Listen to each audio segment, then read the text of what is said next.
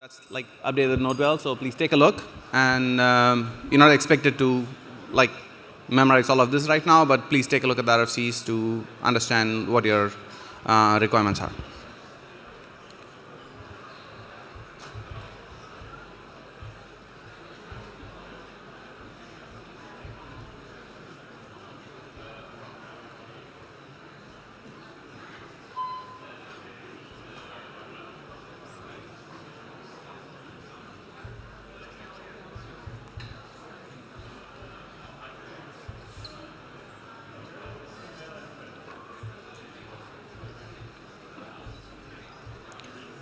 So welcome to beautiful Prague. I just want to take a few minutes to bash the agenda. First of all, as you all noticed, I'm not Alyssa. So Alyssa is having a baby right now. So I'm standing in for her from the ASG. And so I just want to post the agenda. It's the same agenda posted on the website. Just want to bash it, like in case anybody wanted to add anything. So if you had a chance to look, if you line up at the mic if you have any questions with the agenda.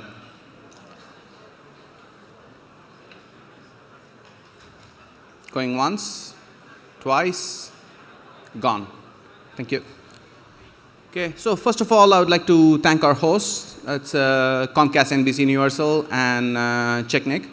So I would like to give them a few minutes to come and talk about it, and I'll just like segue onto them. So first, Andre or Glenn, go for it. Thanks.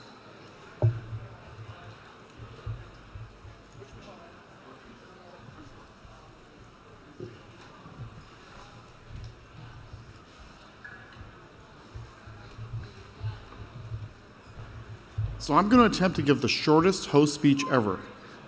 I simply want to say thank you very much to the IETF for letting us be part of your world. You guys do great work. You work really hard. We've got 20 years of history producing what makes the internet work, and we're very happy to be able to support the IETF through being a host. And that's it.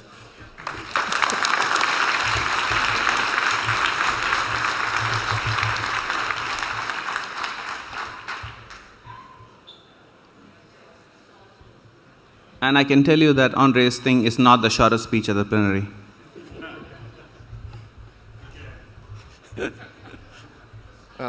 Thank you very much. I don't think I can beat his speech, it was amazing.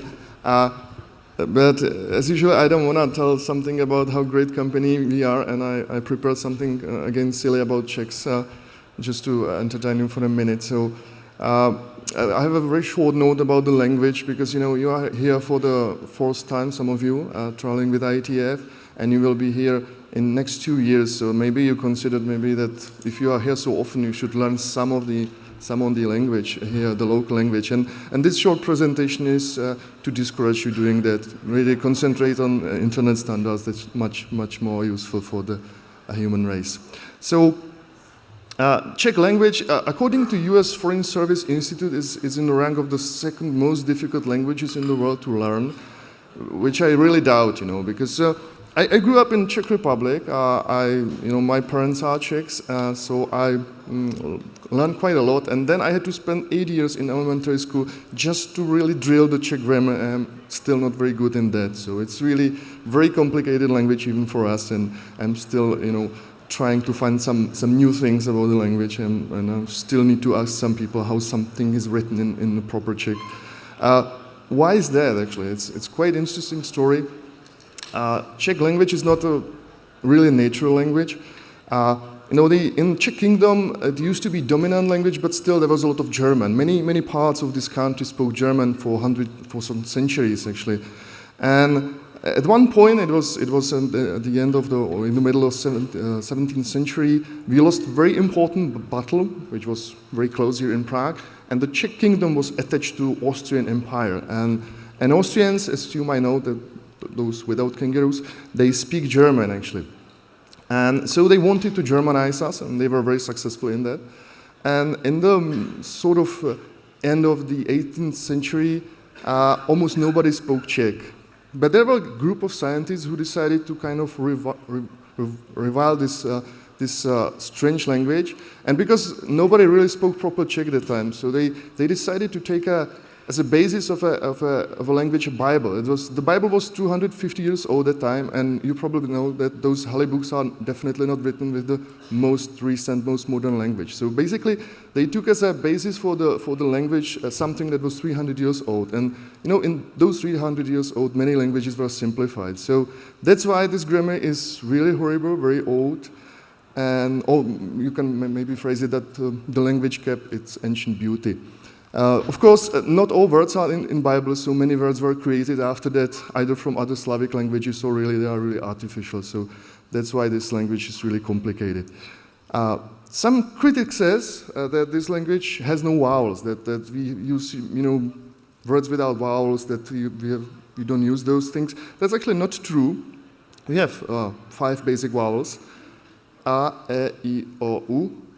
And short and long form, and 2 double vowels, O and AU. But still, if you look at some of the words in Czech, you will see that they are nothing from that group. That's because we a little bit extended the definition of vowels, and we added 2 of them. Some people use it as a consonant, not like vowels, but consonants, but really those are proper vowels. R and L, R and L in Czech language. And with those vowels, you can create beautiful sentences, like, for example, this. This sentence is not particularly useful, honestly, but it's beautiful. In proper Czech, it's strč prst skrz krk. I underline the vowels, so you can train it for the next meeting, and we can have some contest, who is gonna, pronounce it better. We have interesting greetings. This is a very this is informal greeting, and you can tell the friends. It's for greeting and farewell, and this is particularly interesting. It's ahoy, and I took a quote from Wikipedia, so that must be true. It's a signal word used to call to a ship or boat. If you look at the map of this country. It's a landlocked country, right? All the rivers go outside the country. We are kind of the roof. They go to different seas, so we are kind of roof from the water perspective. So there are no big rivers, nothing like that. And we chose this signaling word to say hello to you, which is really quite amazing. So God knows why, really, I don't know. Another greeting, which is very popular, is Nazdar.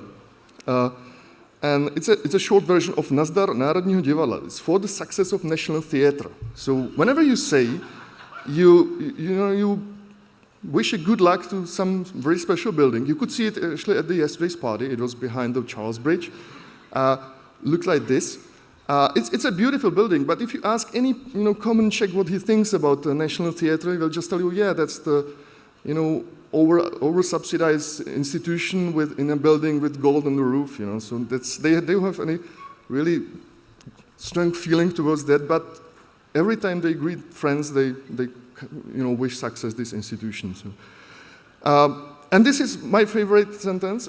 You can see it when, for example, a kid goes to a school for some important exam. And the mother tells him "zlom vás," which basically means break your neck. She really wishes him to be killed, which is kind of weird. I think you have a saying in English, "break a leg," right? So, but we are a little bit more violent, And last thing, which is funny, car industry really matters in this country. We are, I think, second in the world in car production per capita, so everything what's good for car industry is good for Czech Republic. And the most popular car brand is Škoda. It's a love brand. Each third car is Škoda in this country, and really Czechs love it. They know how to fix it, how to everything with that.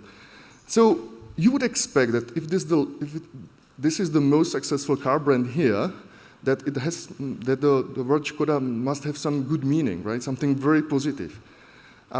And to translate this word, it's not easy, actually. It has a lot of meanings in English, but honestly, none of them is positive. So, if your taxi driver will take you in a Škoda car, please don't forget that it might mean damage, harm, injury, waste of something, and something like that. So this is our love brand. Try to imagine this in your country. And that was really everything I wanted to tell you. So now I hope you understand that Czech language and the way we work with the Czech language is really complicated. Honestly, English is fine here. And again, thank you for coming. It's your 4th time in Prague, and I know you will return in 2 years, and we are looking forward to see you. Thank you.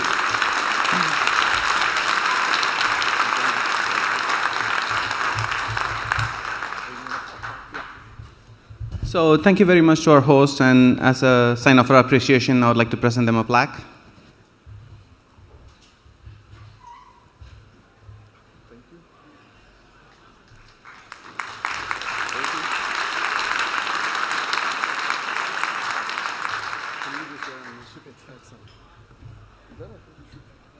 Hey, Glenn.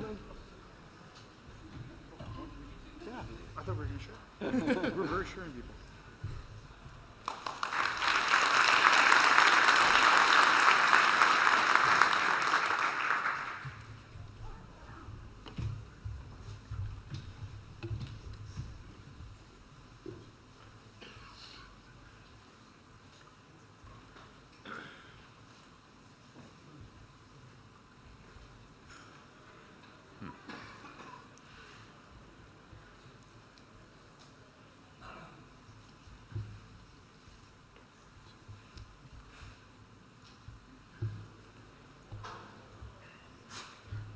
So I want to provide a short update from the IESG. So there's also a long update that I don't want to do here for obvious reasons. And that's like loaded on the proceeding side, and it's also linked from our web pages. So take a look at it. Starting off, I'll start off with the participant statistics. So the numbers are like kind of like, ramping up like very slowly till the meeting, and now we got like a pretty good ramp up in the last few days. So this is current until this morning, right? So, so we crossed 1,200 attendees. So about like 200 of them are like first-time attendees. And so that's like very good. So we are attracting a lot of new people. And so 96, as a comparison, in Berlin had 1,432. So it's like a smaller number, but we are still in good shape. So, so we had people from 61 countries attending this meeting. And the breakup is here. So I don't think you can actually see the countries here, but actually the country names are there right next to the percentages. So if you take a look at your laptops and look at them or look at it after, you're going to see it. We updated some RFCs like that's related to process. So we updated the IANA consideration. So this is something that's very important to all of us, because like whenever we want an allocation from IANA, we have to refer to some policies, and those have been updated. And that's like BCP 26, so you can take a look at it. And we also updated the intellectual property rights in IETF technology. So this is something I showed you in the note well. So that's like RFC 8179. So that's like BCP 79 as well. And we also had this like long-standing thing, like whether uppercase must is the same as a lowercase must or not, and everything. So we've been arguing this to death over a while. So that's now settled. So take a look at RFC 8174, and you're okay. And we're also starting this initiative, like it's been going on for a bit, like, Leslie's been driving it. And so this is IASA 2.0. So this is like, how do we change the administrative side of the IETF to figure out like what's the current funding of the IETF and how we're going to organize ourselves. And there was a discussion session yesterday, and you can actually join the mailing list to figure out like what's happening over there. And so some people have been always saying, right, like the IETF website looks like it's from 1980s or 90s, like depending on how charitable you are. So there's been like some work going on to revamp it, to bring it to this century. So I don't know if it's like current, but it's at least in this century. So there's like a beta website up, and you can go check it out right now if like you have your laptops open. A lot of you do. And take a look at it, and we really want your feedback. So see what you think, and like what works for you, what doesn't work for you. So that's going to help like Russ, who's driving this as a manager, to like make the site better for us. You can provide comments using GitHub, using like issues over there, or like if you want the old-fashioned way, send an email to people. And these are the things I talked about. So there's like a whole bunch of things on the website, and just go take a look at them and send us a note whenever you have any questions, or bring it up at the open mic if you do. So I just want to do a special call out for running code at the IETF. So we are like based on rough consensus running code. So there's like a bunch of things we do here that's running code. And so I just want to do a special call out to them just to give them the recognition they deserve. So one of them is the hackathon. So this hackathon was one of the biggest hackathons ever, so if not the biggest hackathon ever. So we almost had like 200 people and almost 20 projects, and it was like fantastic. So I had to go there as a judge, and the quality of stuff that was done there was phenomenal. Like what people can do in 2 days if they sit together and think. So we had like a lot of work, and it's very difficult to judge. They're all like very high quality things.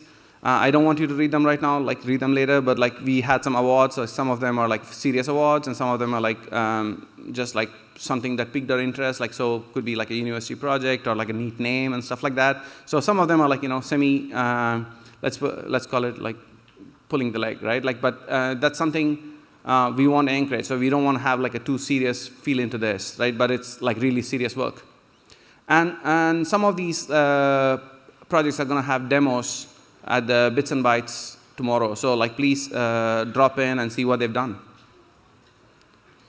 And the other thing is the code sprint. This is people doing code for us. So if you go to the data tracker or tools stuff, this is volunteers who spend their time doing work for us. So whenever something goes wrong, they're always there. Whenever we need a new functionality, they're always there. They make all our lives easier. So I would like to thank them as well. So thanks to all the people who attended the hackathon and the code sprint.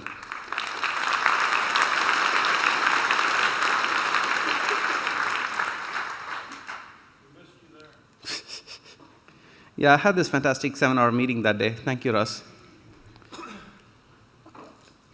Ted, before you go, I just want to do one small update. Thank you.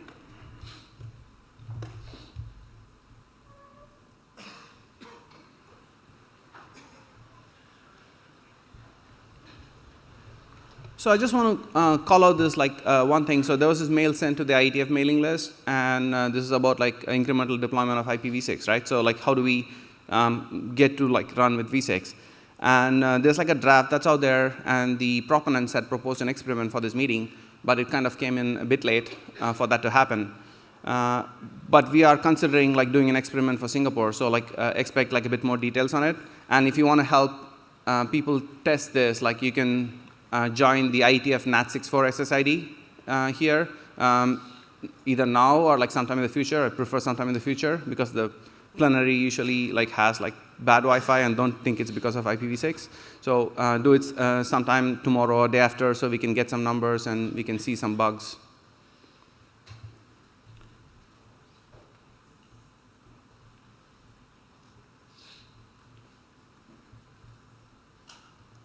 So now I hand off to Ted. Thanks. Howdy. This is just a preview of things you might want to talk to us about at the open mic. As you notice, the IAB report, which we make before each IETF meeting, is online. A couple of items from it. There are a couple of things going on with the RFC editor. The independent series editor, Neville Brownlee, is stepping down next year.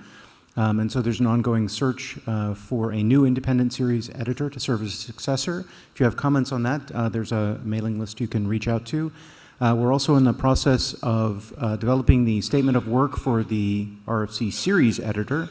That statement of work is also out for community comment. Please send comments to the invisible address on your screen or the one noted in the actual IEB report.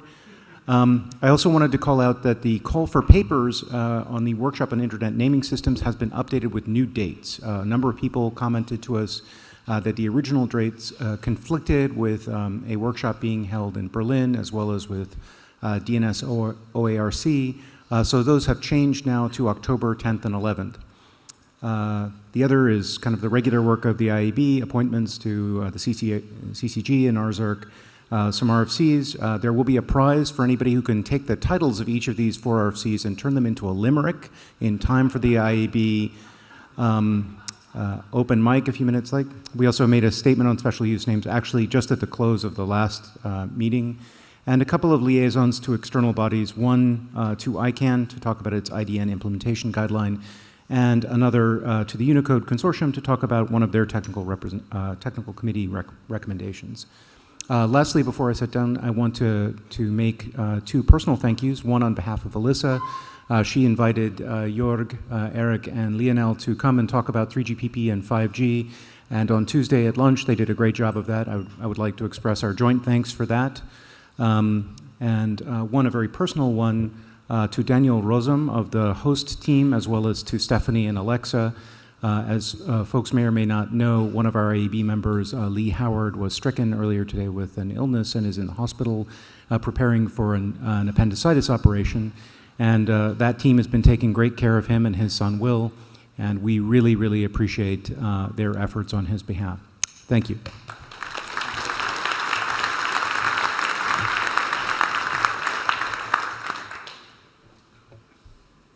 Alison?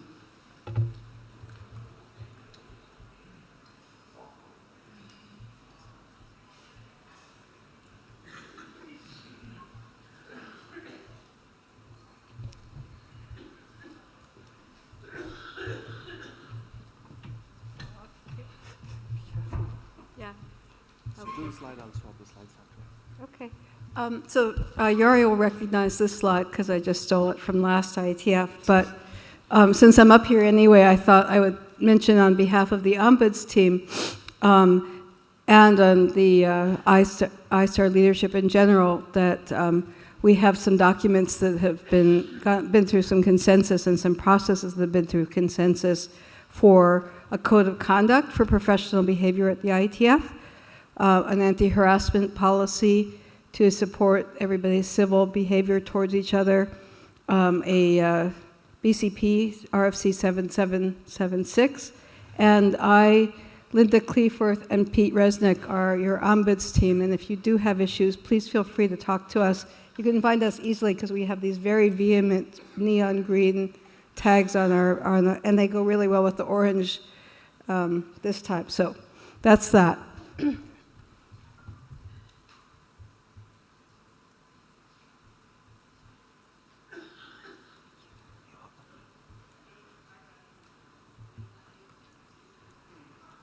Okay, so I'm also the IRTF chair, change hats. And very quick update, just a couple minutes. I want to thank our hosts and Prague, and I suppose summertime, because I'm not sure when it last happened, but every single IRTF research group is meeting at this IETF. So that is a great turnout of research. And as news, we had a new proposed research that has started up, research group. The IRTF's process is to give proposed research groups a year to run and see if they're going to try it to pan out and be useful. And so Path-Aware Networking Research Group met this a little earlier in the afternoon. The minutes, if you look at the minutes or the materials, you'll see a history of this topic at the IETF, but this is the first time we've tackled it in the IRTF, and it may be that this will be its time. By the way, thank you to the nation we're in too. I'm a big fan of the play Rossum's Universal Robots, and thought that was a good IRTF picture. It's one of the great plays of and now I'll have to take the challenge to try to read it in Czech.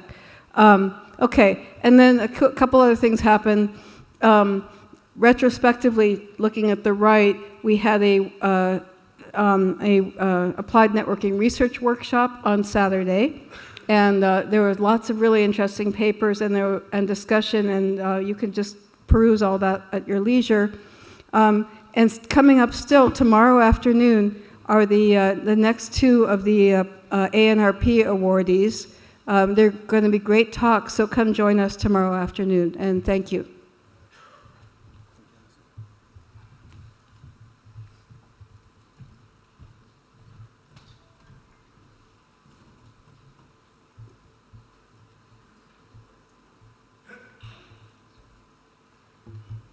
So, Ray?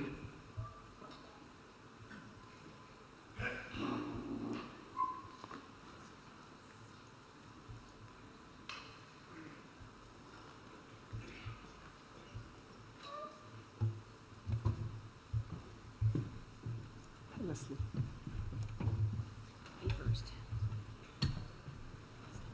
Who's up first? I'm up first? Oh, okay. Am I up first? Okay. I guess I'm up first. Let's see here. Huh, that works. Thank you. And that's the end of my report. Maybe we should start over. Okay. So I'd really like to compliment and thank our hosts, our global hosts, Comcast, NBC Universal. A fabulous job, what a great social that was, and all the work that CZ Nick has done. So Jason, Glenn, Andrej, and your teams, fabulous. Thank you very much. And it's such a pleasure. It's such a pleasure to come back to Prague and have family here waiting for us with CZ Nick. Thank you. I want to recognize the Hilton as sponsor for the welcome reception. Yeah, they're part of our multi-year agreement with Hilton is that they sponsor the welcome receptions when we have a meeting at Hilton. And thank you very much. Michael is probably not here, general manager, but it was well done. Gold sponsor for this meeting is Akamai. They were also the gold sponsor for Chicago.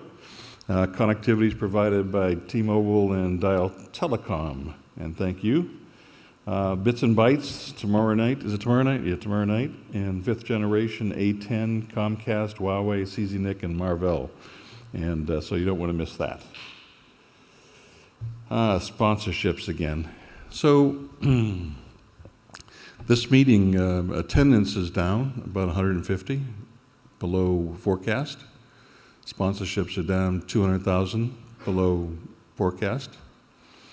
And so the trend isn't good over the last year and a half now. And something as I go look into preparing the 2018 budget, things that I have to consider going forward. So it's going to be rather tough, I think. But we have a new sponsorship point of contact, Joe Abley. Joe, are you here? You're not here, Joe? Probably. I'm sure he's talking to a future host. Actually, a global host, I hope. Anyway, this is how you can reach Joe. There are fabulous opportunities available for Singapore. The welcome reception is still available. There's only one platinum sponsor for Singapore, and that's available. We have a gold sponsor, but there's one more left. So if you're interested, please get in touch with Joe. I'd also like to thank the Code Sprinters. These are folks who, every time we have a meeting, they're there to prepare the community useful tools. And Henrik and Robert and Russ and all those folks, thanks a lot for your work. Here are the NOC team volunteers led by Jim Martin for the Vols, and you can see about 12 folks there. Line Speed, those names probably look familiar too, and of course Meet Echo, remote participation services folks. Great job, and thanks an awful lot for what you've done. Thursday, we have a Tech Talk. This is the typical host Tech Talk, and I think it's been mentioned a little bit maybe already. Glenn Dean is going to host this, is going to be the moderator, and we have from Drexel and Cisco and BBC, 3 panelists. So I think this is an interesting topic. At some point in time, we're going to reach a tipping point, and cable television is going to shift, I think, my view of the world to just streaming over the internet. And that's going to upset an awful lot of things. I think this is Leslie's. Thank you. Yeah, so we have a detailed report as well, and I would urge you to go and actually read it in detail. I do want to go over a few highlights here just to make sure, to the extent possible, everyone's aware of things. So we have an outgoing IOC member who will be staying beyond the end of this meeting, but Ray has told us that he is retiring effective October 31st, 2017. And the IOC is certainly very appreciative of Ray's efforts. Ray, as you probably already know, was our first IAD. And so we will look forward to doing something a little more formal in Singapore when Ray has actually retired, and so on and so forth. So naturally, we are looking for an interim IAD. I say naturally because per BCP 101, we have formed a committee to actually go look for a person to replace Ray, to succeed Ray. There won't be a replacement. We are looking for an interim person specifically because the IASA 2.0 work that is going on may change the shape of what the job requirements actually are. So we want somebody who can carry us through the next 12 to 18 months. But beyond that, we will see what we need. So at any rate, you can find the job description and the requirements at that link. If you know anyone who would be a reasonably good fit, do please encourage them to apply. We'd like to have a large body of candidates to select from. I want to highlight that the registration for IETF 100 will open on Friday at 15:30 CEST. If you're not sure what 15:30 CEST is, there is a helpful link to time and date. Thank you, Ray. But at any rate, an announcement will be made at that time so that you can go ahead and be so enthusiastic with your experience here at this meeting, you'll go ahead and register for IETF 100. Meetings, where to have them. I think we had started this discussion back at IETF 98, but as hopefully by now you all know, we have decided to move next summer's meeting, next North Hemisphere summer's meeting from San Francisco to Montreal, and we have moved it 1 week earlier. All of the details of what went into that thinking and why it's 1 week earlier are in the information in the announcement, so please do read that. And certainly if you have any questions, the IAOC will be up here a little bit later for open mic. And that's it. Thank you. Thanks, Leslie.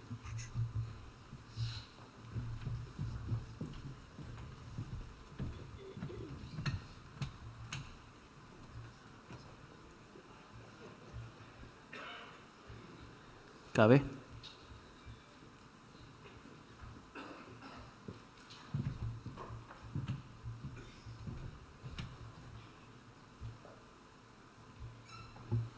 Thank you. Hello, my name is Kaveh Ranjbar. I'm chair of IETF Trust. I'm going to give a quick update about the trust. So, as most of you know, trust is basically a vault keeping IETF property safe. If you need to read more, please check the website. Current trustees are the 9 IOC members. This is by definition, I think, from BCP 101. We have one outgoing trustee, Ray. He's leaving us at 31st of October. He's the last of original trustees who continuously served on the trust. And I would really like to thank him because I know he was instrumental in actually setting up the trust and making sure it's where it is today. So thank you very much, Ray.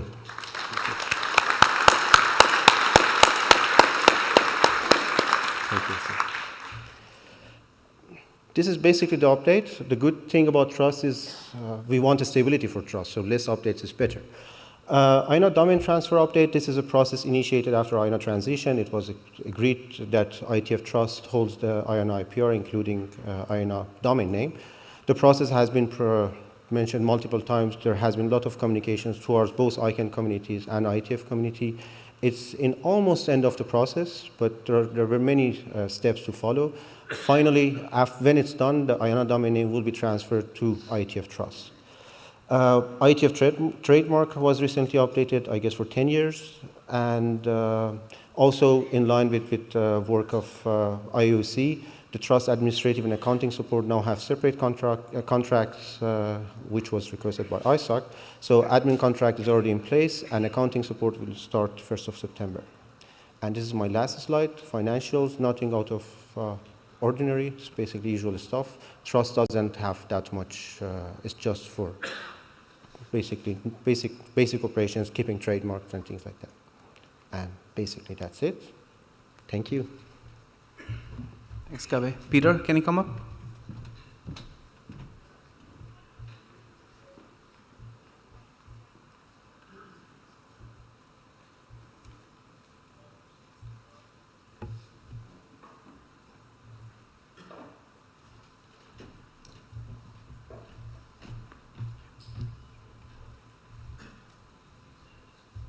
So this is just a quick update on the NOMCOM for 2017-2018.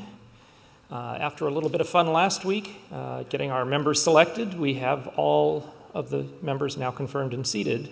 We have 10 voting members, 4 liaison members. This time we added an IAOC liaison.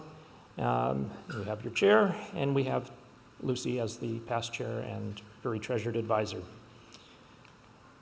Our nominal schedule looks like this. We will be announcing the detailed schedule just a little later this month and have a call for nominations that will probably start sometime in August. We are discussing at the current time exactly what our schedule is going to look like because we may try something different. Midterm steps based on the existing schedule are to call for feedback starting in October, and interviews, as usual, will be held at the November meeting unless we change how we do things. We expect to finish up in December if we're lucky. Otherwise, probably January is more realistic, particularly if we don't have any special cases like last year. And that's it. Benoit? So I would like to welcome our next host for the next meeting, for the Singapore meeting. So that's Cisco. So Benoit is here to give us a preview.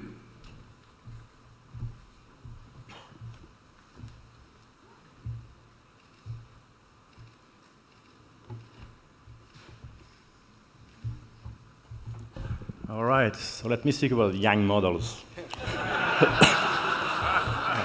Sorry, it was too easy. All right, that being said, on behalf of Cisco, I want to welcome you to the next IETF, the IETF 100. Quite a number, in decimal actually, in binary, well, less interesting. Now, location is Singapore.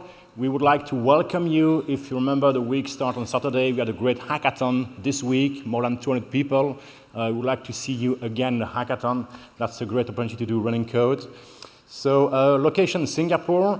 I'm trying to convince you to come. So yes, there will be a social. The social will be at the Sea Aquarium. You know, I'm framing all the arguments that I have, right? The next one I have for you is that, if not convinced yet, I even have the menu of the social event there. I checked this morning, actually, and there is like the catch of the day. Not sure what it means in aquarium. We'll see. But what I checked, I mean, coming back from the social yesterday where, you know, there was tradition to have some alcoholic drink. Not that I care, but, you know, there are drinks over there as well, beers and wine and etc. So, again, I won't take much of your time, but on behalf of Cisco, we're happy to host the next IETF meeting in Singapore, so see you there.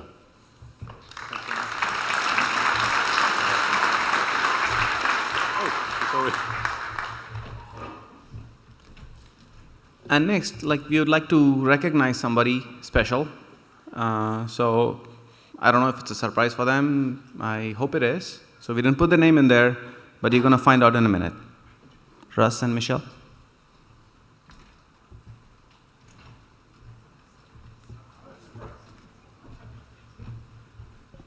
Elise, would you come up?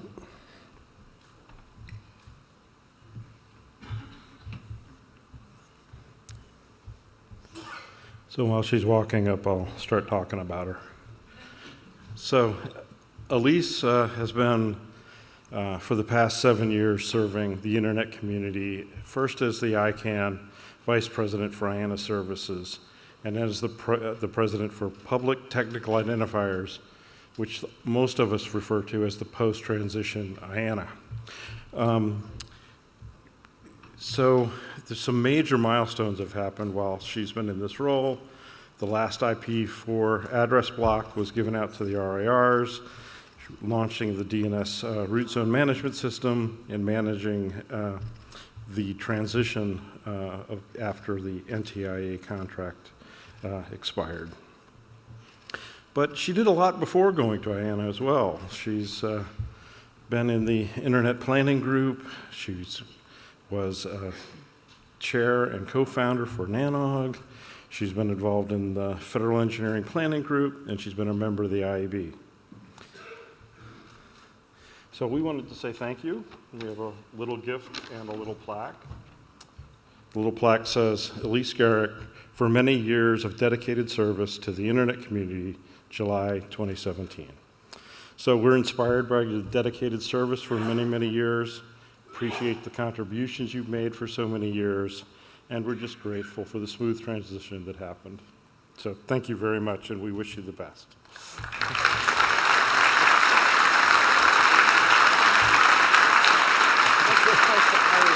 That's right.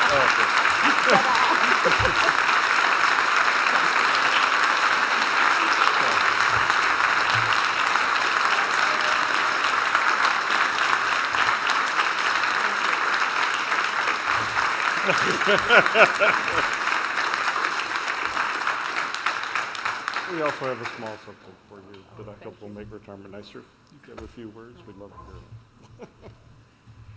them. I really am surprised and quite touched. Thank you. I know many of you, and my hair's as gray as some of yours.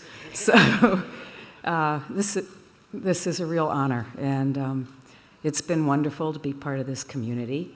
I feel like I'm stepping down with a good group of folks. Ray's leaving. Lucy's told me she's retired. Steve Crocker's stepping down from the ICANN chair, and of course he's been a long time IETF member. And I see so many good friends out in the audience.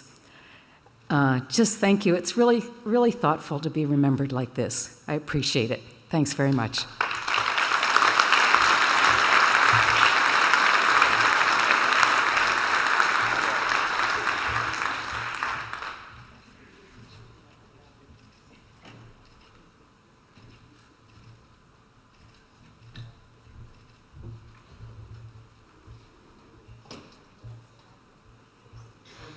So we're getting ready for the open mics.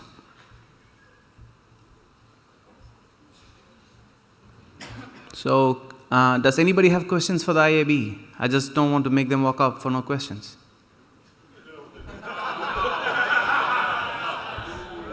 I can try. Any questions for the IAB? Everybody happy with the architecture of the internet?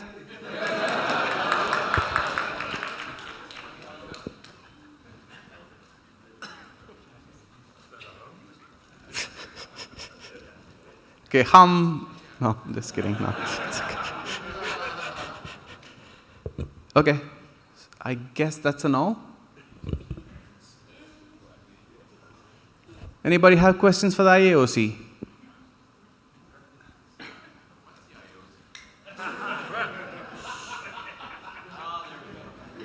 Okay, IAOC, can you please get up on stage?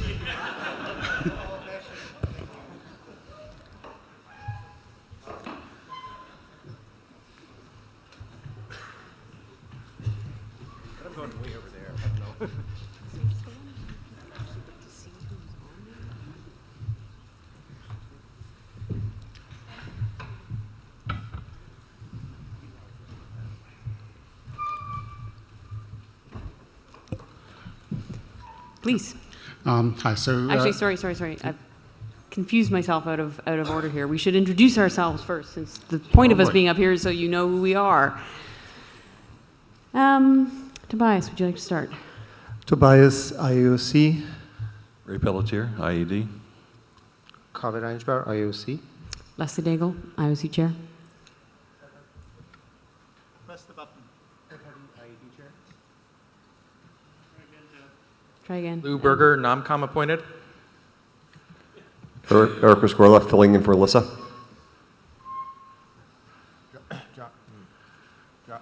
Eric, turn off your mic. There we go. Yes. John Levine, ISOC appointed. Thank you. Please, go ahead. Hi. So previously in summer meetings, we would hear about the the location of the November meeting of the next year. So do we know where we're going to meet in November of 2018? So we let people know where we're going to meet as we have something to announce, as in when we have contract in hand and things are sorted.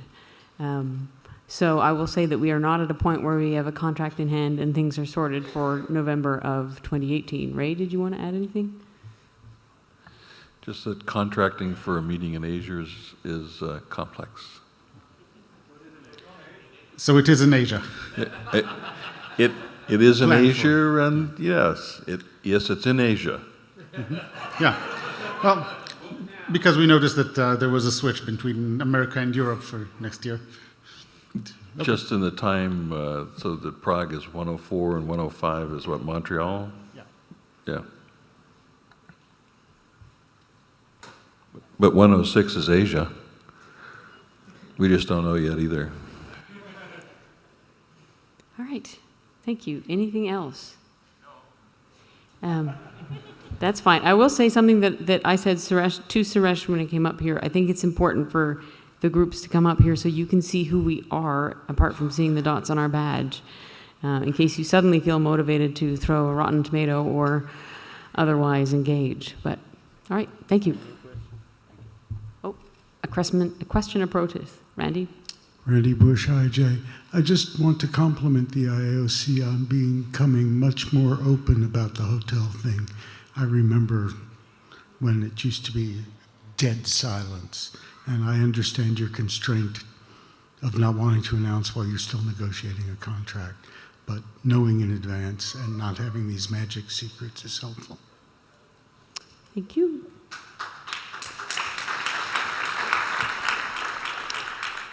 We are trying to learn. Okay, thank you very much.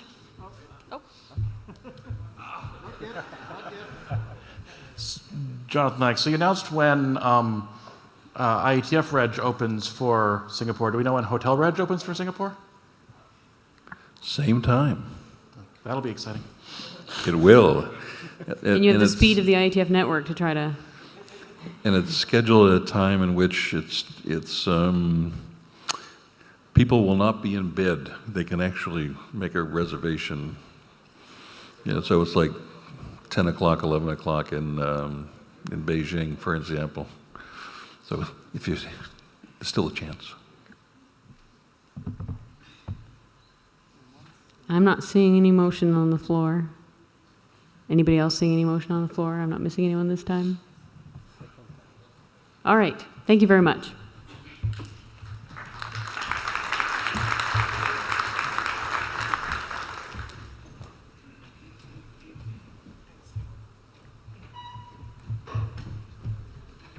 Okay, Leslie, you had a point. So even if you have no questions for the IAB, can the IAB please come up on stage? Finally, your opportunity to win the Limerick contest emerges. Ekar, you can stay in the back. Just crouch a bit, okay?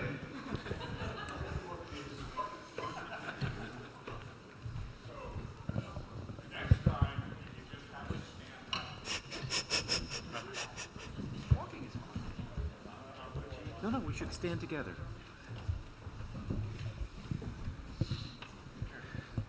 Don't leave, Suresh. They don't have questions. This is going to be very fast.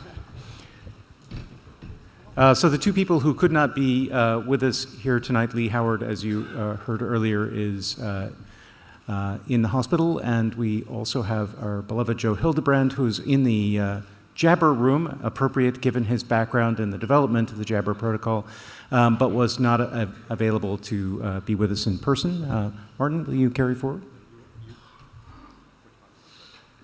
Yeah, you also missed Alyssa.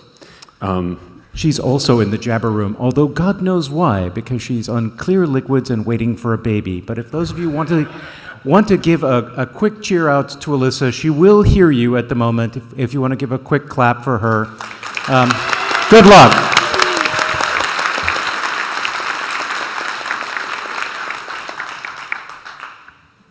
So yes, Martin Thompson. Jari Arkko. Eric Nordmark. Suresh Krishnan, not IAB. Brian Trammell. Suzanne Wolf. Robert Sparks. Mark Nottingham. Gabriel Montenegro. Allison Mankin. Heather Flanagan, RSE. So now that you actually see us, have any of you developed questions, limericks, or commentary for the IAB?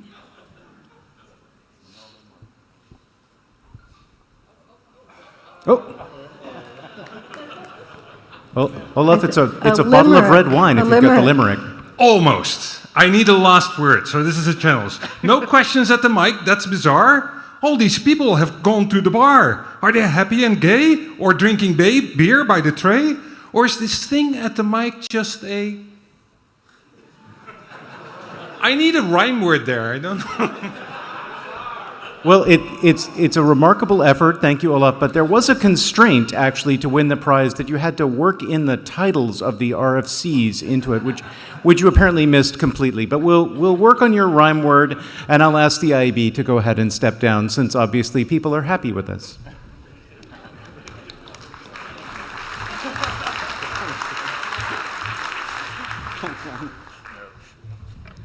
I'll go ahead and say that if anyone's got questions about the RFC format, I did a brief presentation at the working group chair's lunch. It's recorded. You can look at it. It was great, better than CATS. You could see it again and again. Thanks, Heather. So Heather's report is also on the plenary proceeding, so you can take a look at it. IESG, can you please come up on stage?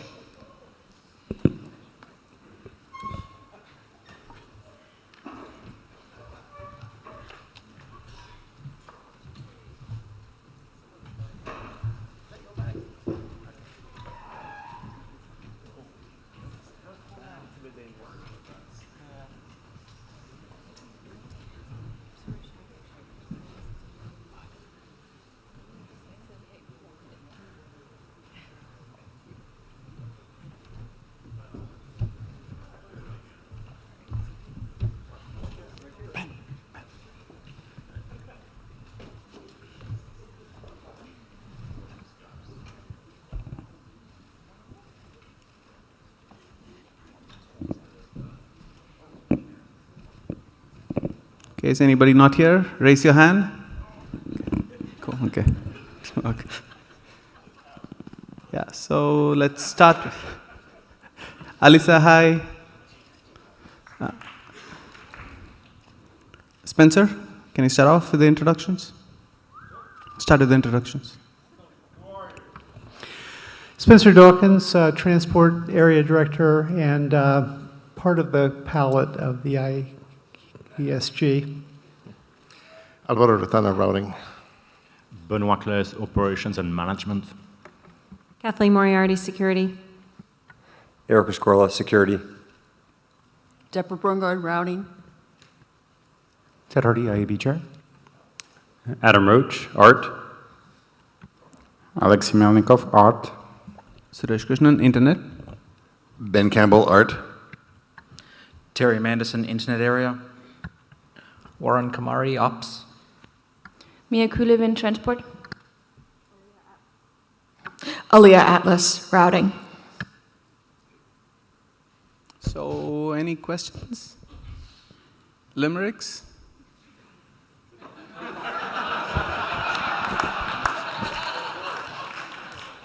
Since you asked, I now have the rhyme word. Okay. No questions at the mic, that's bizarre. Are all these people off to the bar? Are they happy and gay, or drinking beer by the tray?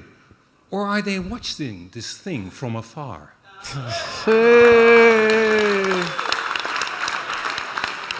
Okay, Olaf, you still don't win the prize because you didn't use the titles. Yeah. Okay, so I don't know who came first, like John ahead. or Michael. So, Go ahead, John. Yeah. I did. I'm wondering how serious the IASG believes that they or the IETF should be about remote participation. It seems to me that we've reached a bit of a juncture in which the MeetEcho facilities, while anything could always use improvement, that the MeetEcho facilities are good enough that that they're not an impediment to remote participation, as evidenced by my being able to sit here and talk with you. But there are a number of things, including ongoing confusion about whether it's better to use this technique or or typing into Jabber, how the Jabber scribes are prioritized, and a number of other issues which ultimately go to how serious the IESG is about enabling remote participation as full participation in the IETF versus something that is sort of supplementary to in-person participation will always be second class. And I'd like to understand a little bit better where the IESG falls along that set of dimensions. Thanks. Mireille, you want to go first? Go. So we're discussing this a lot because it's important to us, but I think we have some agreement that also the face-to-face meetings are important. So we don't think that we will reach a future very soon where we don't have any face-to-face meetings anymore. I don't think the notion of having it like a second-class citizen is what we are thinking. So we continuously try to improve the experience, but it's kind of also a testing phase. So any feedback is very welcome. Yeah, I wasn't suggesting that face-to-face meetings should be abolished or not become primary, although I'm aware that others have suggested that. But it seems to me we're at a stage where if the remote participation is going to work, it's going to require more attention from the IESG and working group chairs to details like queue management than has sometimes been the case in the past, at least in some working groups. Okay. Thanks, John. Alia next, and then Kathleen. So, obviously, I mean, the IETF has been investing in remote participation for quite some time and improving it, as you say, to the point where it's really possible. The big red buttons, I believe, are a favorite of many working group chairs in order to add people to the list. I think that having the Jabber as a backup has proved extremely useful in other circumstances, and we can continue. I'm certainly very interested in hearing feedback on where the challenges are. We've talked about the idea of experimenting with hybrid queues, but the question is how to do that in a practical fashion that doesn't detract too significantly from those who are here physically. Leslie, would you like to talk on the same point, or yeah, I actually have a follow-up question for John. Okay, go ahead. I'll hold Kathleen for a second. Thank you. No, because in some of the discussions around remote participation, et cetera, there's the question about, well, how about those hallways? And I know that a lot of people who come to IETF meetings, well, we've always valued basically being involved in more than just one working group, and people who come also very much value the hallway conversations, the fact that you are coming and being part of a discussion with, the people who understand how this internet thing works. So my question to John is, now that you've participated in a number of meetings remotely, how do you feel about your experience and the ability to obtain any of that sort of interaction or thoughts? Thanks. I'm probably a bad person to ask, and the reason why is probably part of the answer to the question. You've really got almost three populations of remote participants. Those who are active in the IETF have been to meetings and are participating remotely for some meetings. And for this one, that category includes me. It presumably includes Alessa if she's still listening, and Joe and some others who are clearly experienced with the IETF and clearly have been to a lot of meetings. And while I miss the hallway conversations, I'm probably less disabled by that than the hypothetical newcomer or the other two categories, because if I want to reach out to somebody specific, or reach out on a specific topic, I typically know who to reach out to and know how to find them. If someone is in more of a never participated in person or less experienced, or both kinds of categories, the presence at the meetings and the socials and the hallway conversations are are invaluable, if only because they don't have the level of connection with the community that I or the other people I mentioned have. So as I say, there are two separate questions, at least two separate questions there, and I've been around long enough that I'm not suitable for answering at least one of them.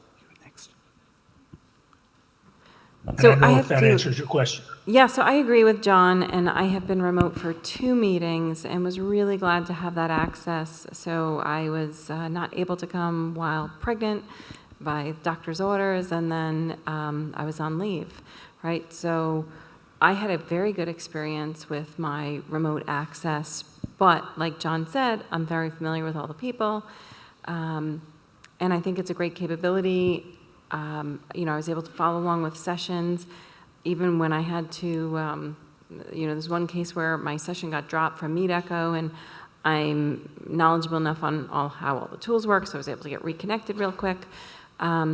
So I do think we're at a place where this is good. For a newcomer, they're going to miss out on culture as well and some context. So even newcomers that come to the room have a hard time getting adjusted to our culture.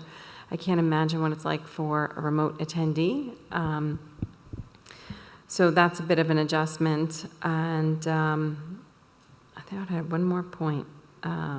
It's slipping, so I guess I will let us get closer to dinner. Spencer? So it seems like to me that the ISG, John, it seems like to me that the ISG does have work to do on this, but I want to invite the community to be thinking about this and not just looking at us wondering what we're thinking. We have been talking on a few mailing lists, we, the community, have been talking on a few mailing lists about a topic that's come up a number of times, which was, gee, should the, you know, what do we do with remote participants' eligibility for NOMCOM? And that's a conversation the community is had at periodically kind of fits and starts for a while, and we kind of know what that conversation looks like, even if we don't know quite what to do about it. I met with Peter and with Lucy last night, I guess, and the current and past NOMCOM chairs, talking to them about NOMCOM process kinds of things. And one of the things that Lucy was dealing with was that she had a plausible nominee, willing nominee for at least one position last year on the in leadership. And it's not totally obvious what the NOMCOM is supposed to do to get feedback in that situation, but there's nothing in the BCPs that gives them any guidance at all.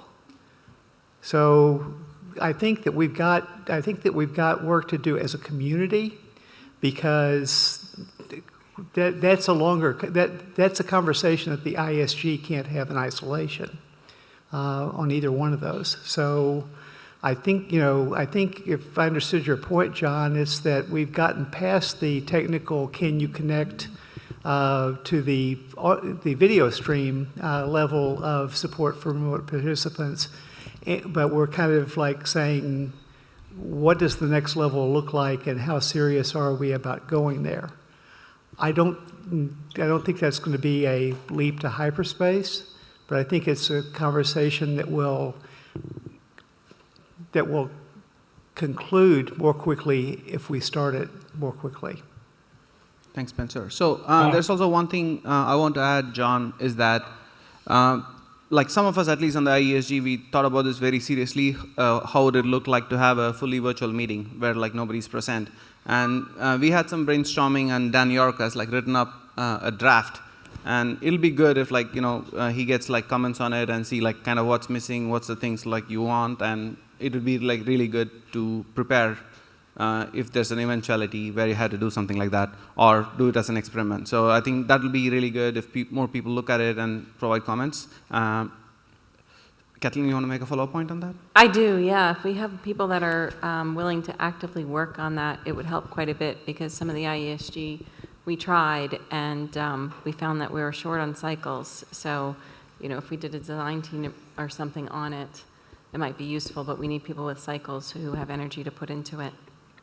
Perfect, thank you. And I know Sean was online next, then Mikhail, so I don't know who came, Fernando you can go or... first. John, are you done? Or do you have more Yeah, questions? two very quick observations. First, Kathleen, I'm certainly willing to actively work on this. I've tried actively working on it in the past. And as Spencer knows, we've tried looking at some of these things, including the non-com eligibility questions, since long before he was on the ISG. And that's the group of questions I'm most worried about, not only the non-com eligibility, but things we tie to non-com eligibility, which really have nothing to do with it, and a number of these other things about how much participation we intend to allow, and ultimately questions about what that means about fairness. There are also some questions about training for people mostly going to be remote that we might be working on if we're serious enough, or we might continue to let drift and assume that people don't come to meetings every once in a while, are just never going to get it, and therefore aren't relevant enough for us to invest resources on. But that's the range of questions I'm interested in, and I'm certainly going to work on it. Okay. Thanks very much. Okay, thanks, John.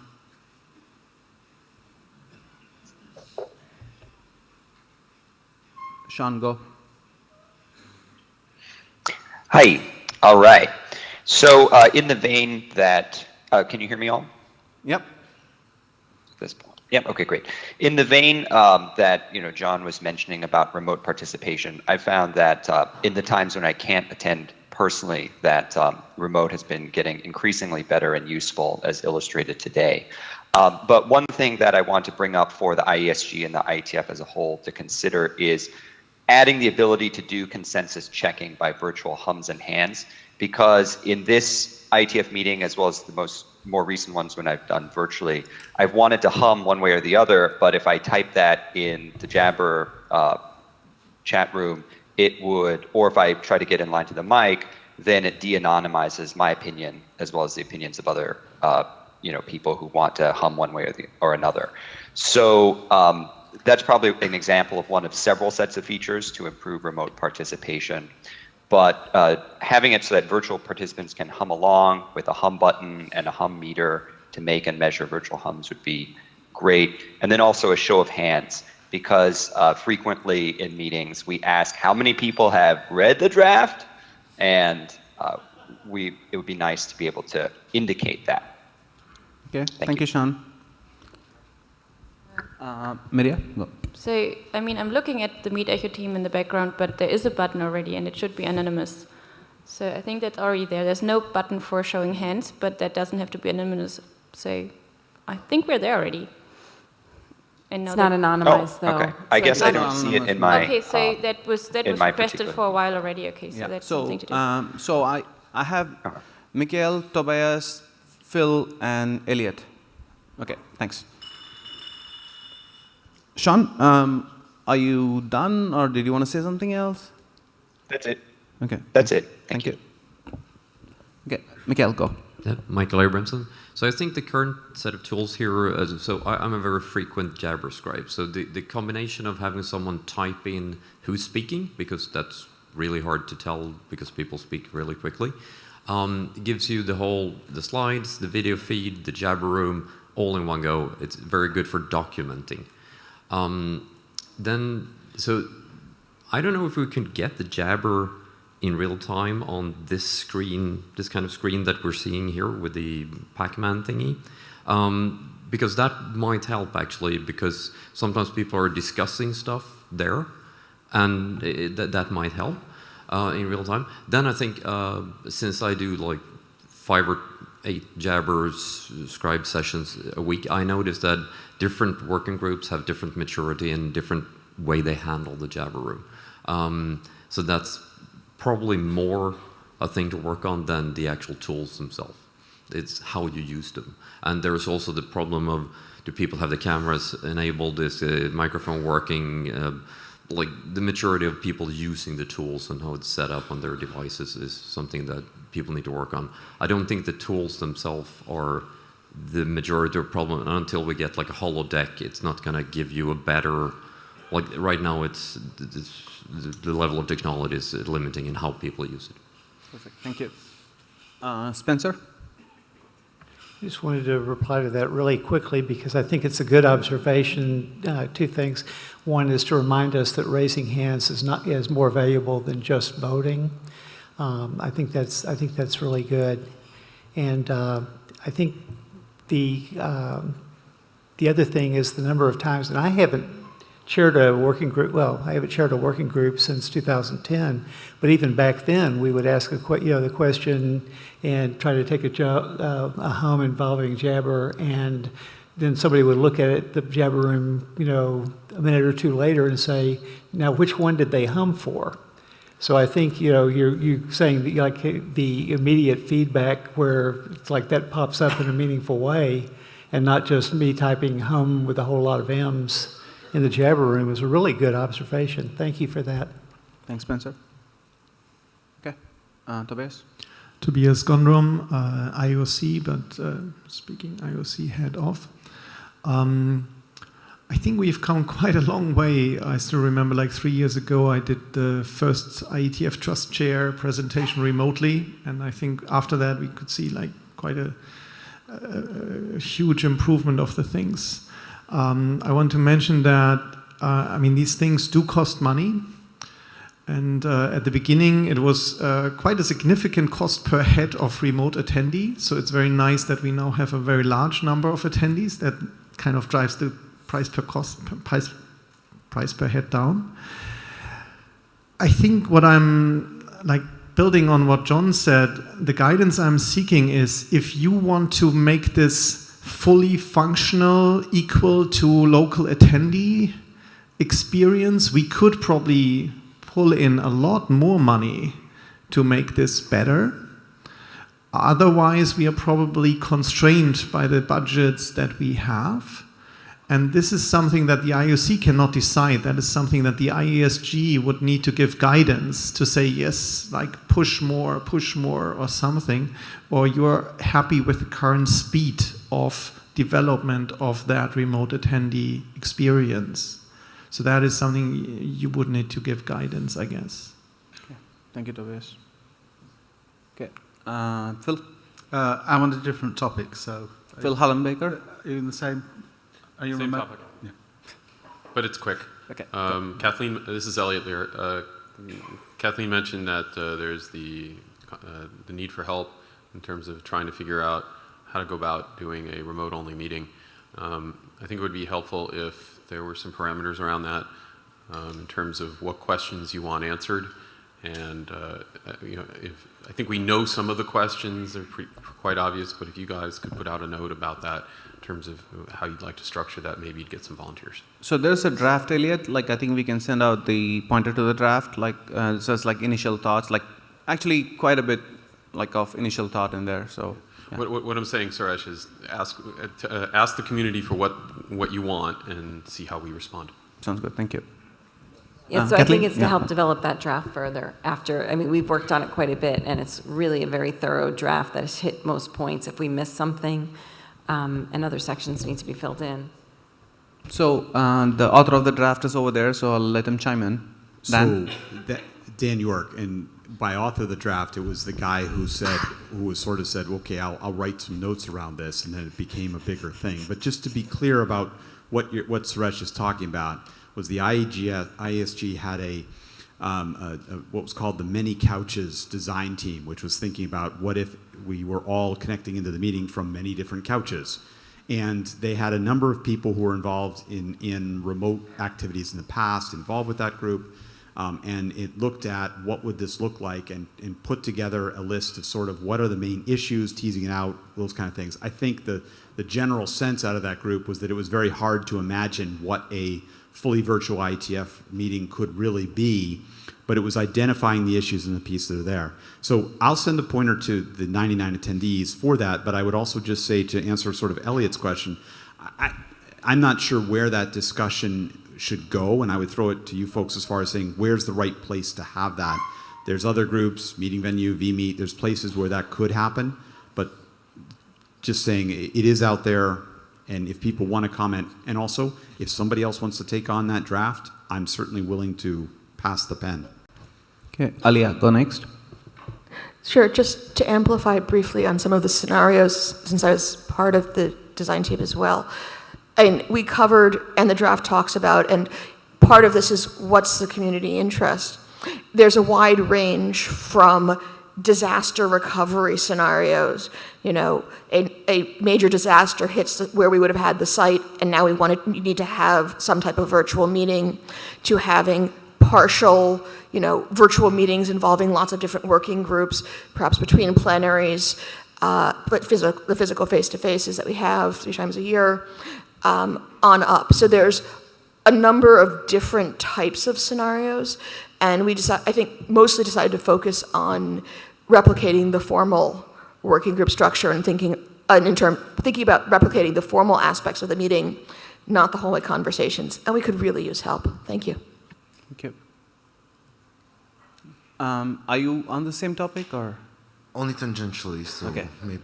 Okay, Phil, go. Okay, so Phil Horn-Baker. I think I believe that it should not require a degree in nuclear physics to use the internet. And one of the problems that I'm having is, I'm fairly aggressive in deploying stuff in my house, and so I've got my 100 IP addresses in use.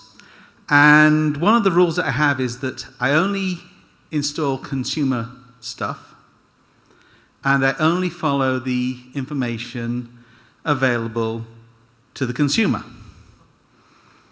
My network doesn't work. And I cannot debug it. And there isn't any tool that I can see in the consumer space that allows me to work out what's going on in my network. And it seems to me that at the moment we have a very inward-facing culture of, okay, the rest of the world are going to all become geeks, and they're going to work out how to do this stuff, and they're going to work out how to packet sniff their networks, on one hand. And then the other one is that, well, they're going to put this stuff together and it's just going to work. And in between, we have this area of, well, it's not working, and nobody will tell me why. And I don't even know which of those boxes in my network is the one that is generating infinite number of packets and spamming the network and causing it to fail. And I think that this is a challenge that we need to take on board. In the TLS session, we had an enterprise network coming along with an issue to do with management of enterprise networks. And that's a sort of input that we've had many times because, enterprises, they have people whose job it is to do this stuff. And I don't think that we've got it for consumers. And I don't think that anybody is really taking their needs seriously. And if you want to sell all these Internet of Things devices to people, if people buy Internet of Things device number 101 and their network falls over, they're not going to be able to buy number 102. So it's a problem that's got to be solved somewhere. Thanks, Phil. Okay, anybody wants to take this? Apparently not. I can say something as a researcher, and I can say this is a hard problem. It's a hard problem to find the problems. It's a hard problem to tell the customer what the problem is. And this is and the requirement you set up is like a really high bar, because when your car is broken, you also don't try to repair it yourself, right? So I think we need to educate more experts in this area, and yes, we need some guidance, give some guidance here, but I'm also not sure what the request for the IESG and the IETF is here. Well, actually, when I have my car, I can plug in the ODB2 device, and it will actually tell me what the fault codes are. I think that if people could start looking at the protocols that are coming across and asking, how do we know when these systems have gone wrong? How do we debug this network? This is something that needs to be folded into all the... maybe this is something that I should have brought up with the IAB instead, but I think that it is something that the IETF community needs to get a hold of. Thanks, Phil. Alia, then me. So just briefly, I've been happy. I mean, there are more participation from some of the public interest groups. Certainly, there was a side meeting about it, and we are seeing some more participation. For those of you who remember Dallas and the van that was going by with signs trying to encourage handling better use of spam phone calls and so on, and the IETF does get some interaction, and we are really open to hearing about new work, but the community and those who are connected in need to be coming with some ideas and thinking about the space, because I certainly agree that there could be a lot of better operations and management guidance for home networks. Thanks, Elia. Spencer, go before me. Yeah, I'd like to thank Phil for inviting the IAB back to the stage so I didn't have to. But I think his question about that does point up that this is going to be a multi-dimensional or multi-level kind of problem that we would be looking at. That there are probably things that we need to do in the IETF. There are probably things that we need to do in the IRTF. And there are probably things that we need to do with the IAB. If we could get to the point where people knew whether to call their cable provider or Facebook when Facebook wasn't working, and, who to complain to, I think that would be like the leap to hyperspace right now, or the invention of fire. Thank you. Okay, Benoit, go. So the issue with consumers is that, from time to time, because you work in the internet, you are asked by the neighbors, the family, and everybody to be like the point of contact. Now, whenever you go to the shop with one of those person, the only thing that counts is the price, right? I've never seen one of those product which says, I'm easily debuggable. Right? This is one of the issues that we're facing here. From an operational point of view, yes, there are plenty of things that we should be doing, but at the end of the day, mainly it's a price thing. And that's why I'm scared of the IoT world, because nobody's asking, what about the life cycle of an IoT device, right? Right now, the market is about, okay, you buy it, and whenever it doesn't work, you just throw it away, buy a new one. So there is a cost issue there as well. Thank you. Kathleen, go. I'll be really quick. So, with the IoT work groups we don't have many vendors implementing, and what happens is in the vertical spaces, there's other groups that take up our standards and do the work. This kind of thing, documentation, as it gets applied to products, might better fit into groups where the implementers are. Thank you. I just wanted to state to Phil, there is tools that exist. It doesn't come from the IETF, but there's this tool called Netalizer, which is like extremely good. It comes from ICSI. From Berkeley, so it's pretty awesome. So, but I do understand where you're coming from, and I do think we can help a bit more. So please go ahead. Welcome to the IETF. Thank you. Tara Tarakiev from the Open Technology Fund.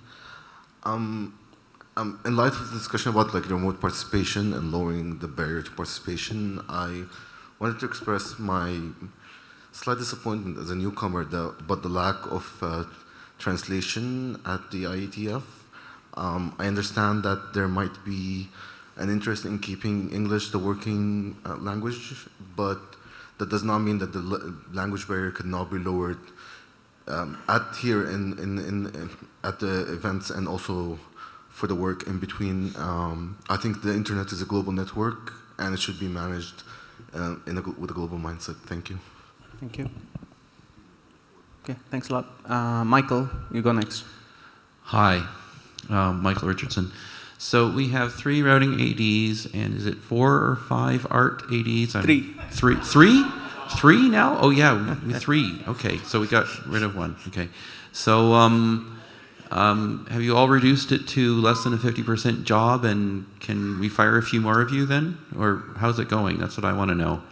Are we going to have smaller IESG, more happy IESG? How's that working? Tell us.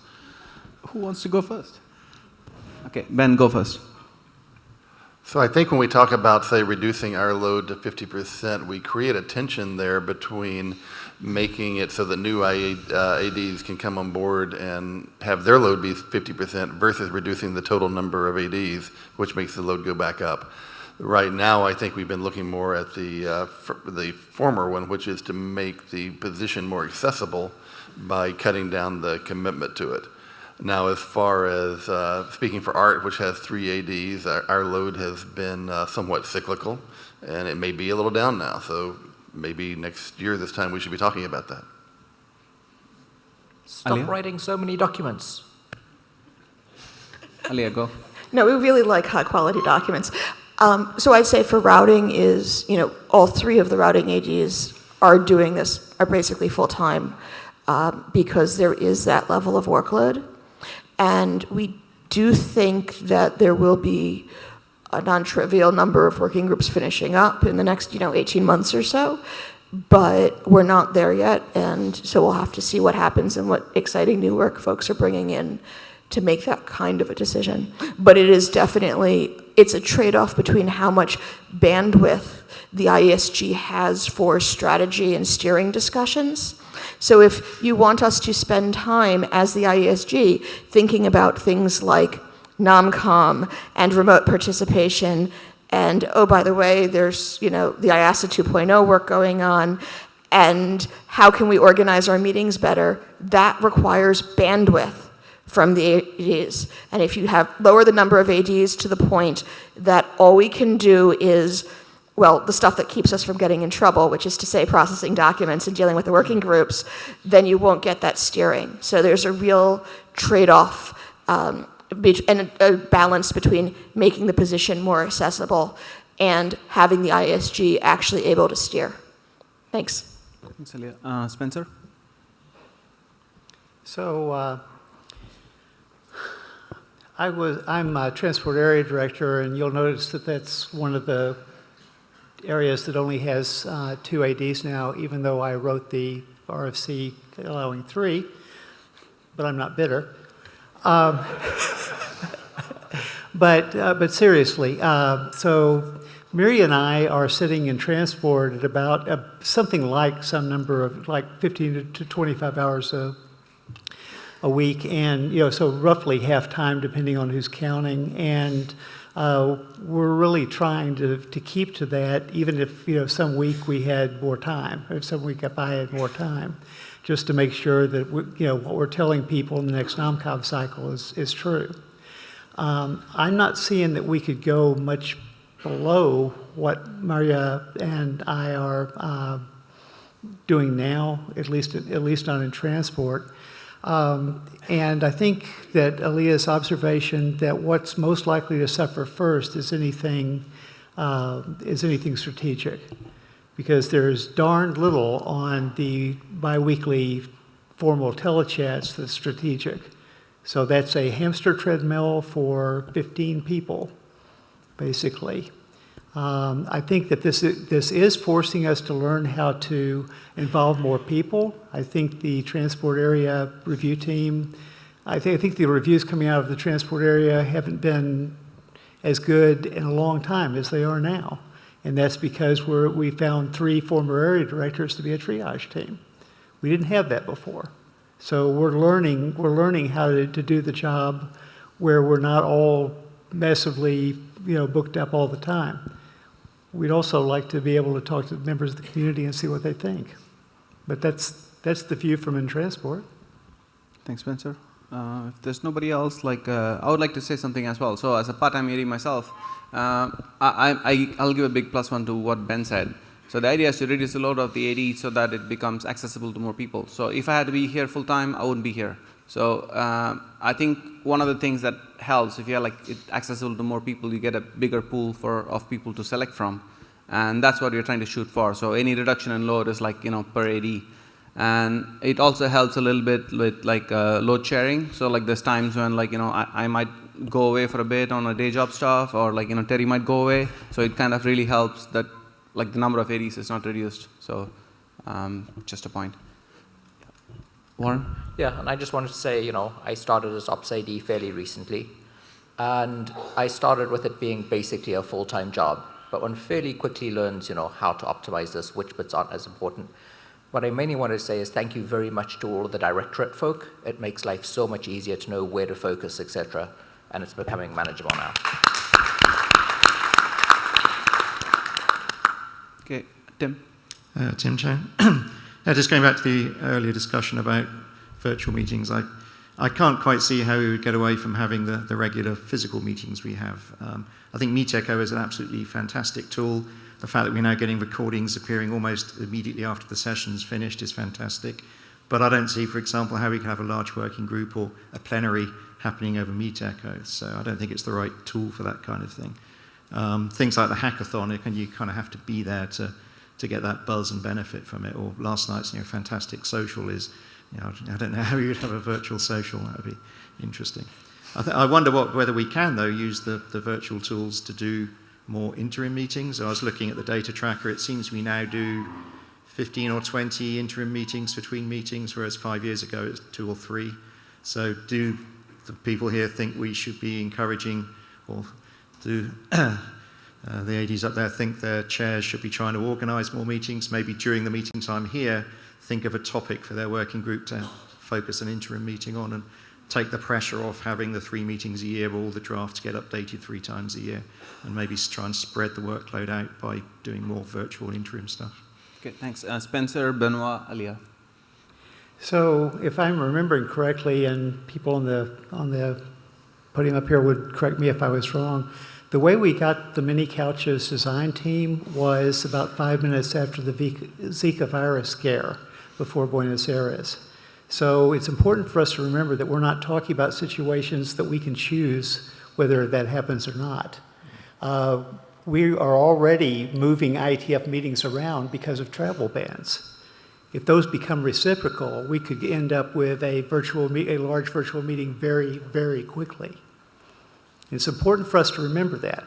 If you say MeetEcho is awesome, but it's not the right answer, you may very well be right, but it's going to be important for us to figure out what right answers look like. I think that's really important to remember. Fair point. Benoit?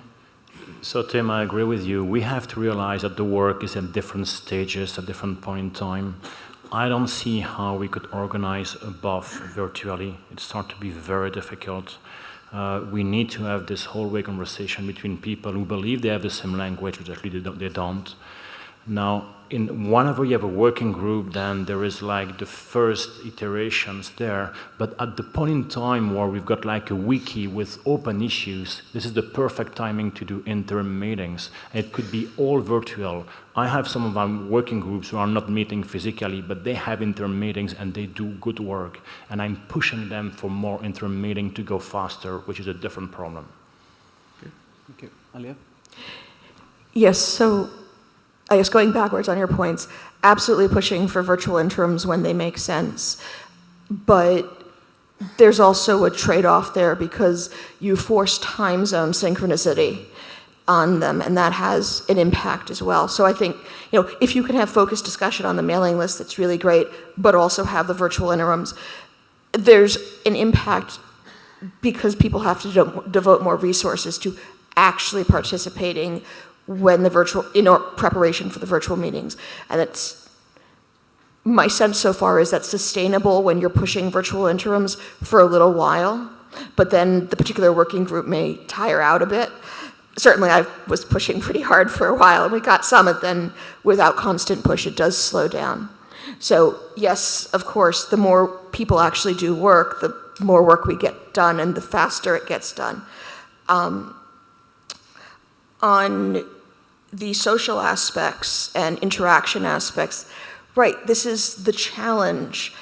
And when we were talking in many couches about how to handle something that might look like a virtual meeting, which would not be necessarily intentionally created, right, a disaster sort of thing. But if we're trying to do something intentionally, one of the points that Simon, who deals with the MeetEcho stuff, made is to instead of thinking about replicating what we have in the physical space, to think about what sorts of interactions are natural in the virtual space, whether that's, various, Snapchats, Hangouts, or there's a lot of different interaction things that could be available. And some of those, here we sort of wander around looking for a good table to sit at in order to have a conversation or stand for 6 hours. But, in a virtual space, it might be much easier to pop up a discussion and have a sign saying, come talk to us if you're interested in. So there's different things one could do, but it requires thinking outside the box. But then another piece, and this is more on the outreach side, which is we have a bad tendency, I know I certainly have been guilty of it in the past, of not actually interacting with the IETFers who are local to us. To have interactions, to pull our colleagues in to the social and professional network so that they might come and be involved in the IETF. And we've been doing some experiments with that, calling it IETF local communities. There's various drafts, but we've been doing it in Boston for a year, Bangalore. So there are ways that we can help bind pieces of the IETF, nodes, right, to continue to connect in. And I think we have to be pretty creative on a number of these fronts. Thank you. Please go ahead. Yeah. And, Dejan Bogdanovic. Go ahead. Okay. Dejan Bogdanovic. So we have a problem with some of the documents that we are creating and how we are creating them. And this goes particularly for the RFCs. The RFCs were, okay, so we are doing more and more software interfaces, software APIs. And we are trying to put them through an RFC process. That RFC process is just too slow because the vendors will not implement essentially a model, I'm talking about Yang models, until it's being an RFC. And when you have an RFC, then you're realizing what is the problem with that model. And you are trying to see how you can iterate fastly through a model, which is essentially a software interface, and it just takes too long. So for like a basic routing model, it took us 6 years to get the one version out that people will start slowly implementing it. So from the day when it was created until it was implemented by a vendor, it passed 7 years. And that model might not be right. So we have to come up with a new idea how we can iterate through the models that we are proposing faster, and that also vendors will start implementing them, because we cannot wait. If we wait for the vendors to implement an RFC, we will not be able to put all those models together, because there are already some discrepancies in the existing models where it's not easy to put them together. Okay, so I know Benoit has an answer just for you with semantic questioning. No, that is not the answer, but that's a different story. It's not the answer? Semantic versioning is not for that. We need something faster that the RFC, call it RFC Lite, I don't know, something that when you have a working group last call, instead of making for the working last call, say do you an agreement and push it out as an RFC. Call it a different type of an RFC that we can create in a year, maybe 5 RFCs on the same model.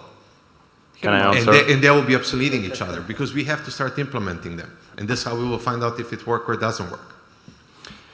So I believe that specifically in my area, we have to learn to work differently. If I speak about routing or security, we need the full spec. It must be perfect. In the world of automation in ops, we need to iterate faster. As I keep telling in ops, it's a dream to believe we will have the perfect model day one, right? So we need to update those. You were in the ops meeting where I presenting that we should be working from GitHub, right? We should be having the pull requests directly on those models, and we should have the semantic versioning, and from time to time we should have an RFC. Why? To explain how to use those models. And I agree that we need this process. We've been, I believe, kind of failing in the IETF because we want to have those models perfect. When I see, for example, one document routing that speaks about type def, and you want to have in there like every single type def, I'm thinking, this is crazy. Can we have one RFC every 3 months, and whenever we know about new type def, we update that? I agree with you that we have to work with automation from software. We're somehow, let me try to make sure I position this correctly. compared to some other models where people work from GitHub in open source and just say, we did version 2, and by the way, we made a mistake. It's now version 3, and we learn, and it's version 4. So what we're doing with this Yang catalog is trying to get all the metadata for those Yang models that give us a scorecard telling this is the one that the industry is focusing on, and there are implementations, and we learn from that.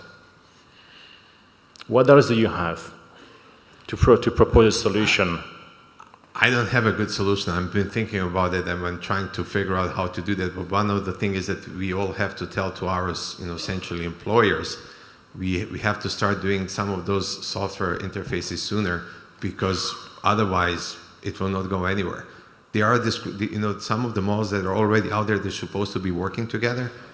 Once you start putting them together, they are not working. I know some of them, they are not working today. Okay. And it's not just a question for the ops area, because the routing area, the transport area, everybody's producing, the models. So, and unless we have, something across, then. Are you volunteering to help, Dean, or? Yeah. Okay. Thank you. Ekar, then Alia. Yeah, so I guess I want to plus one what Benoit was saying. They've been doing some really nice work with this GitHub semantic versioning model for Yang, and I'm hoping that they're going to pilot it and we'll be able to adopt it across the IETF. The other thing is that one thing you're starting to see in other working groups, especially ones that are really active like TLS and Quick and HTTP, is people are starting to implement specific implementation drafts. They say, this is the version we're going to all implement. And there's like a fair amount, and so you'll see substantial amounts of fielded implementations on specific IDs, even though they're pre-RFC. And I think that would be much easier if we had the stuff Benoit is doing, but it's something we're already doing. So it's just a matter of people have to understand that you're going to have to get implementation experience before you ship. And that requires a certain willingness to live with, as Benoit was saying, we made a mistake and now we're going to do the next one. Thank you. Alia? So Ecker beat me to pointing out what HTTP is doing was doing with different versions. But actually I think there's 3 points I'd like to make. One is, you may think about it as just we're trying to get these models out and get folks to implement them, and it's going very slow, we're trying to get them perfect. But there is a large amount of technical negotiation, because for a very long time we have had protocols where the implementations and what the CLI looks like, management interface and interactions, have diverged drastically, and there can be really different abstractions. And so there are some things where it's much easier. BGP has a lot of similarities, but even so, there are a lot of vendor specificity, and there's a big tension between how much do you standardize and what level and how useful the models are. So I hear you, and I know it's been frustrating. One question I'd have is, is there a good way that we could encourage more interoperability events where there's sufficient industry energy and impetus to motivate the actual implementation, as opposed to people sitting on the sides and say, well, when it's ready, of course, I'm sure we'll want it, but they don't need it quite yet. And the second thing that I'd like you to think about is, how do we manage it going forward? Because I'm sure it's going to shock nobody to know that we keep adding things to BGP and OSPF and ISIS and all of our other, dearly beloved protocols. And once we have Yang models, how do we have augmentations? How do we have augmentations for the extensions as we do them, so we don't get too much discrepancy, but we still give the flexibility for the vendor variation and features that we know are necessary in the marketplace?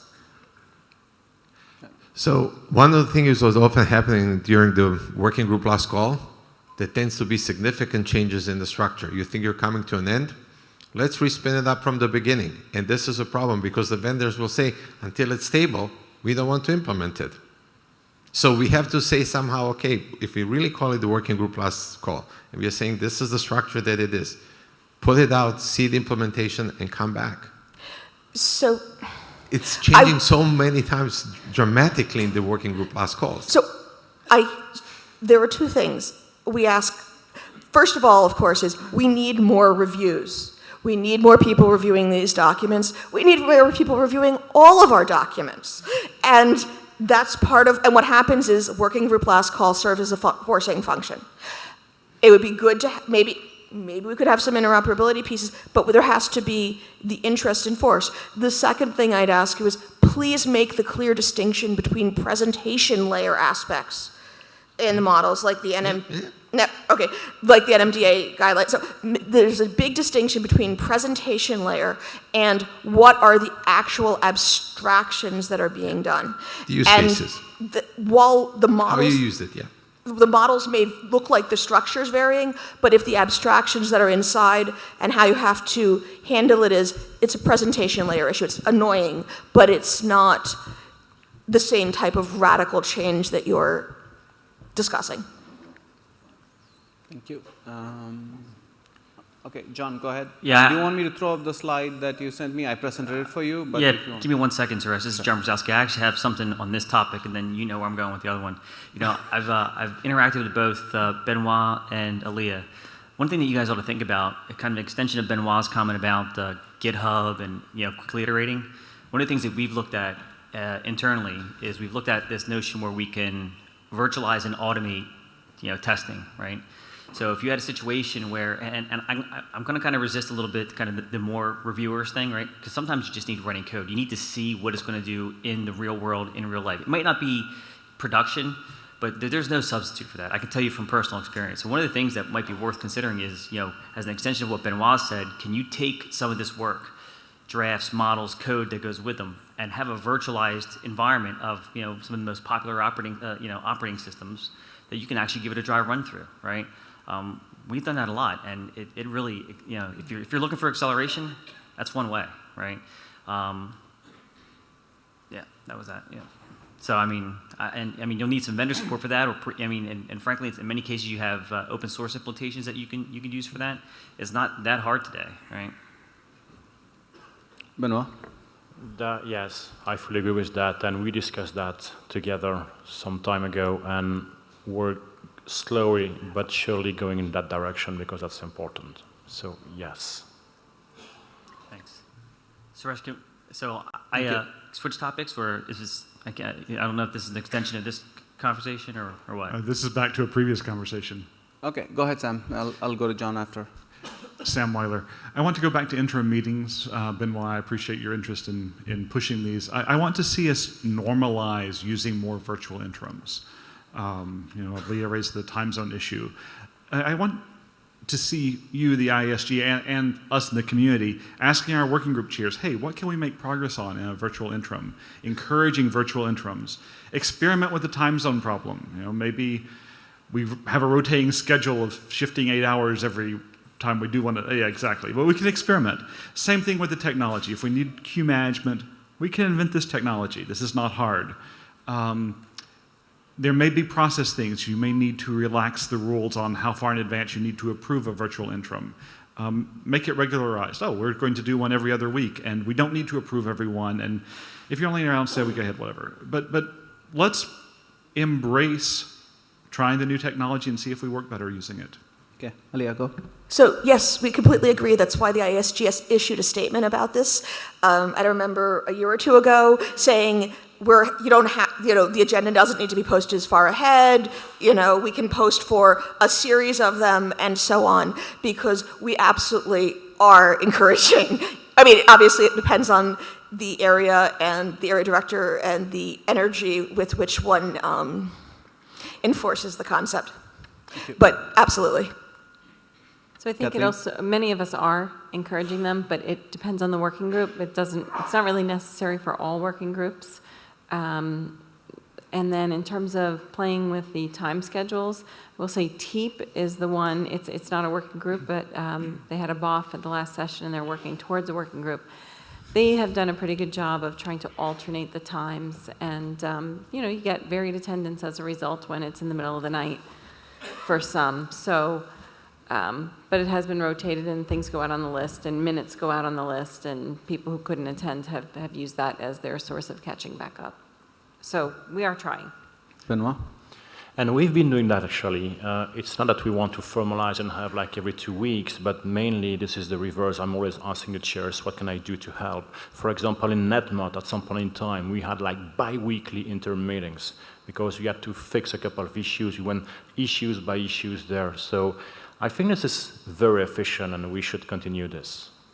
Thank you. Thank you all. Thanks, Sam. Tobias, you want to talk about the same topic? It's on the same. Okay. Yeah. Tobias, DOTS working group co-chair. So we actually do practice interim meetings like once between each, so about 6 weeks after an IETF, 6 weeks before. And we found them very good inflection points. And I would say the bureaucratic overhead of posting agenda, requesting it is really not that much. I'm not sure whether we could go to a bi-weekly interim meeting. I don't think there's enough energy, but we found it particularly useful, like keeping it and having these milestones by which like the different drafts are kind of crystallized again. So I think from my side, for every 6 weeks, the current mechanism is totally fine. For bi-weekly, I'm not sure, but I don't see a strong need, at least in our working group, for that. Thank you. Thank you. Warren? So yeah, I've participated in a number of interims recently, and one of the things that makes them really nice is the people who are actually interested in the topic that's going to be discussed show up, and generally, they've read the drafts and stuff, so they seem to be much more effective. What I mainly want to say is just a reminder that if participants want a virtual interim, suggest it to your chair. Often it hasn't occurred to them, and it's fairly easy to set up so that we can get progress done. Thank you. John? Right. So, Suresh, one of the things that you and I talked about was, and I do apologize, I missed the first few minutes of the meeting. I had a work obligation. I understand that you shared some information about the V6 only incremental IETF discussion we've been having. Can you summarize where we landed? I mean, obviously during the plenary here, it's still the same way it's been all week, which we kind of expected. But and I believe your comment earlier was kind of one way. So, is there any thoughts on where we stand for the rest of this week and perhaps for IETF 100? So what I said was I requested people to try the NAT64 SSID tomorrow and day after. And we're going to be forthcoming with information for Singapore on how we want to go about with the experiment coming up. Will we publish that information? How far do you expect we to publish that information for IETF 100? I would say a month before, at least. The meeting itself? At least before the meeting. If you start now, it's awesome. Super. Thanks. Christian? Good evening. Well, this afternoon I was asked to split a draft into 2 more drafts so that we have more RFC published. And we are consuming a lot of those RFC numbers. And I was wondering, what do we do to prevent the RFC 10,000 bug?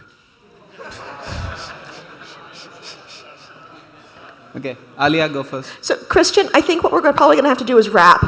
I think we're just going to have to start obsoleting. I mean, I have to talk with Heather about whether 0 is a reserved number or not for it or not.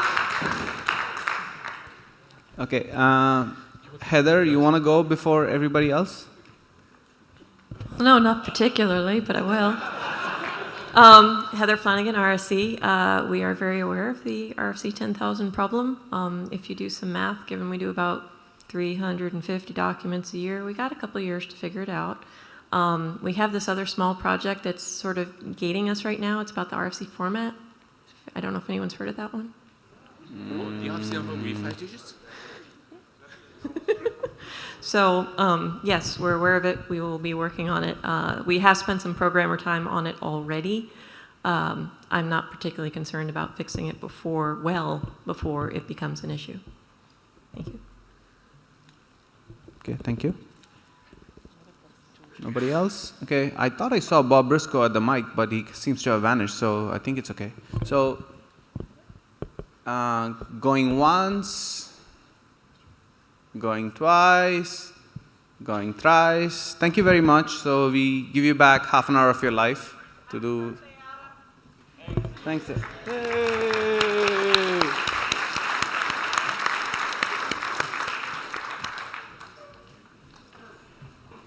That's it, folks. Party's over. Other party's getting started.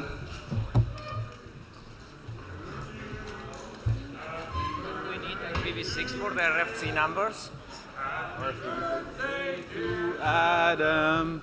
Happy birthday to you.